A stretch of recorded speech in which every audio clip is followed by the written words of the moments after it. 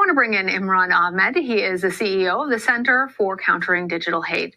IMRAN, always good to see you. So what do you make of the board's decision to uphold the ban on former President Trump?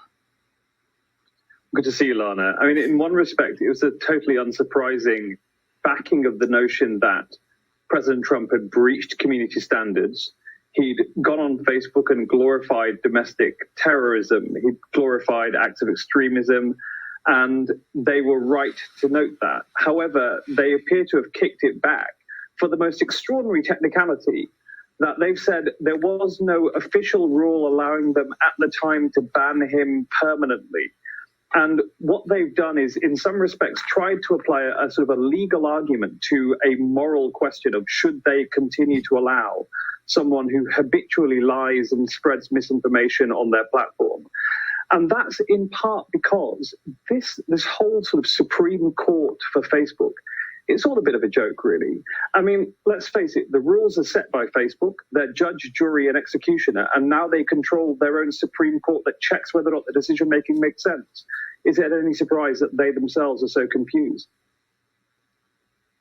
So you're clearly thinking that Facebook took a less than moral stance on this, as the argument that you make. So what do you expect will happen in 6 months after Facebook actually reviews its ruling? Well, who knows? Perhaps they'll finally start applying their rules more effectively. But look, we know that history has shown that these companies are incapable of fully regulating themselves. That's no surprise. Right, if Ford set its own standards for cars and safety, if it then was not able to be held liable legally for any harm that's caused by faulty products, and if they have their own court which decided whether or not they're at fault if something terrible happens, well, you'd expect them to defend themselves. Any company would. And Facebook, extraordinarily, have been given complete impunity from punishment or any kind of liability for the content on their platform in US law under something called Section 230 of the Communications Decency Act, an act written in 1996, 25 years ago, before social media even existed. And now we have a situation where they seek to regulate themselves. It's really, all this is showing is that it's time for regulation to happen. We know that legislators are looking at this really hard. There are a number of bills before the US Congress, and both the Republicans and the Democrats have stated their desire to see change. What today has been is really a bit of theater, but just proving one thing, that Facebook can't be trusted to regulate itself. CBS This Morning co-host Tony DeCouple interviewed Helle Thorning-Schmidt, one of the co-chairs of Facebook's Oversight Board. She's also the former Prime Minister of Denmark. I want to play part of their conversation.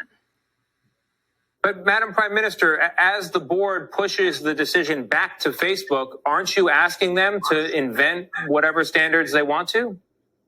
No, we are asking them to use their own standards. And if Facebook has actually got standards, they can give strikes to users. They can permanently close a user's account.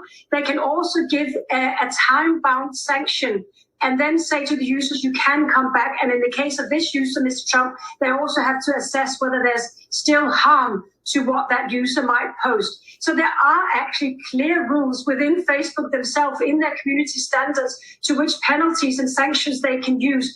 But in this case, they chose not to use any of these, but use an indefinite penalty. And they can't do that. And that's what we're telling Facebook today. Imran, what do you make of that explanation? Well, it seems really convoluted, because what she's saying is that Facebook have rules, that they've tried to apply them. They've actually failed to apply them and invented new rules. Then they've pushed it to the Oversight Board and said, are we following our rules? And the board have said, what rules? You just made them up for this particular situation. And I guess that shows what a joke the sort of the notion of an oversight board in this current configuration is. And I mean, Helle Thorning-Schmidt, who is a great Democrat, she's someone who's run a democracy, Denmark. She should really know better that you can't possibly have the same people who are in charge of setting the rules, acting as judge, jury, and executioner, and then also administering the appeals court. $130 million is what Facebook spent on setting up the appeals court. There are 20 members of that oversight board.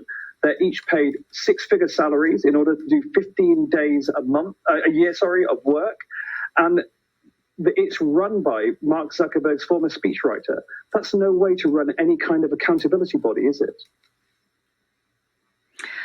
Well, in a post on Medium, an outside group of scholars and experts who call themselves the real Facebook Oversight Board wrote something that agrees with your opinion on this. Quote, "This decision does nothing to root out the deep systemic content issues plaguing Facebook."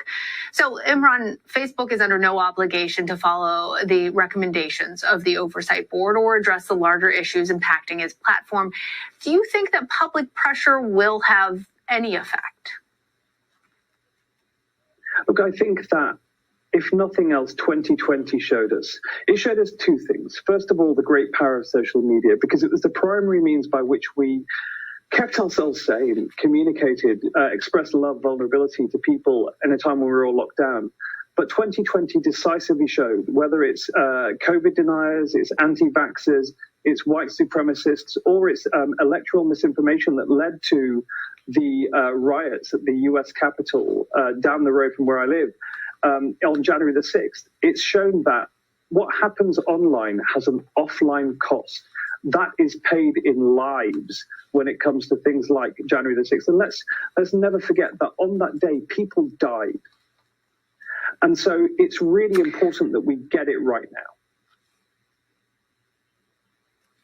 Well, I also want to play another clip from Tony DeCopel's interview with Helle Thorning-Schmidt, because she was asked how the Oversight Board views Facebook in the public sphere. Let's take a listen. The big question that lingers in all of this is, what is Facebook? And when a person goes onto Facebook, is it like walking into a bar, a private place, or is it like walking out onto a public street corner where you should have all sorts of protections for free speech? How does the board view what Facebook is in the world? Well, Facebook is a new thing, and I think that's why it's so interesting for all of us to discuss it. Facebook is certainly not a news outlet where you have certain responsibilities, and Facebook is not going into a bar either, because in a bar, when you sit at a bar, they don't come to you and say, we have community standards of what we can say here, or we try to abide by human rights. What is not so good is that there's still not enough transparency about these rules and how they actually use them in the actual decision. So this is why the Oversight Board is here, to make sure that we get that transparency and that all the users are equal and are treated as equal. So she describes Facebook as a kind of news organization. I'm wondering, where do you think social media networks belong in our public discourse? I think it was a brilliant question that was asked. Is it like a bar or is it like the street corner? And she said it's not like the bar, because bars don't have community standards and they don't abide by human rights standards. I'm pretty certain that most of the bars I've ever been to abide by human rights standards, and they have community standards that if I stood up on a table and started shouting nonsense or shouting, insulting someone else, trolling someone, then I'd be kicked out of that bar. And Facebook earn revenue from every single eyeball on their platform. They profit from the content that's generated by other people, and they profit from the attention that's generated by controversy. For too long, they've been addicted to the profits that come with the traffic generated by highly controversial content, including President Trump. In many respects, he's a creature of Facebook. He was created by social media platforms that amplified his rhetoric because it was the most engaging and controversial, shoved it up timelines, made it look as though it was much more popular than it was, and now they're reaping the problems that they've sown. All right. IMRAN, AHMED, thank you.